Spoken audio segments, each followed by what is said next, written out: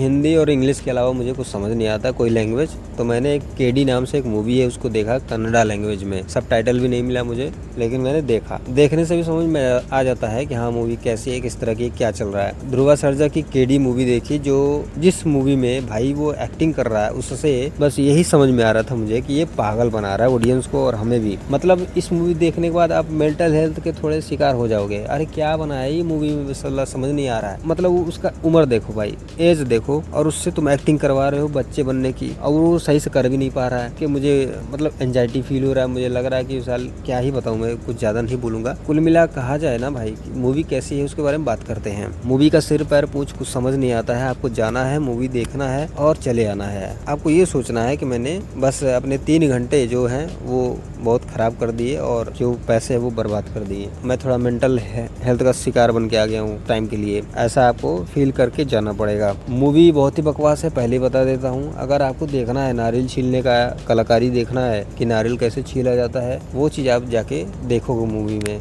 नारियल छीलने का मतलब ये है कि इन दोनों के एक्टर के पास, 2 एक्टर का मतलब ये है, एक संजय दत्त है और एक ध्रुवा सर्जा। दोनों एक्टर आते हैं ना, मतलब एक साथ नहीं आते हैं। एक तो विलन है, एक हीरो है, तो अलग अलग टाइम पे आएंगे, लेकिन लास्ट में एक ही साथ आते हैं। तो दोनों जब आते हैं भाई, तो दोनों के हाथ में जब तलवार आ जाता है ना, तो ये नारियल की तरह इंसानों को छीलते हैं। जैसे लगता है गन्ने का पेड़ एकदम काटो, बोटी बोटी जैसे काट। कुछ यार क्या चल रहा है ये समझ नहीं आ रहा है। ये कोई एक्शन थोड़ी होता है, तुम नारियल छीलने का काम प्रैक्टिस करके आए हो, वही चीज दिखा रहे हो। ऐसा नहीं होता है भाई। एक्शन कुछ दिखाओ कि ताकि ऑडियंस को लगे कि हाँ कुछ चल रहा है, कुछ समझ में आ रहा है, कुछ अच्छा भी लग रहा है। ऐसा कुछ था ही नहीं मूवी में। क्लाइमेक्स में तुम्हें एक और एंट्री देखने को मिलेगी एक हीरो की, जो ठीक है वो मुझे अच्छा लगा। दूसरा क्लाइमेक्स में ये हिंट दिया गया है कि इसका दूसरा पार्ट भी आएगा, और तुम और पागल बन जाओगे फिर देखने के बाद दूसरा पार्ट। भाई क्या मूवी बनाई है। एक तो ऐसे ही हम लोग मेंटल हेल्थ का शिकार बन गए, दूसरा पार्ट भी आएगा। ठीक है, दूसरा पार्ट में लग रहा है इसका इलाज भी ये लोग साथ में लेकर आएंगे, दवा ववा लेकर आएंगे, हम लोग ठीक हो जाएंगे।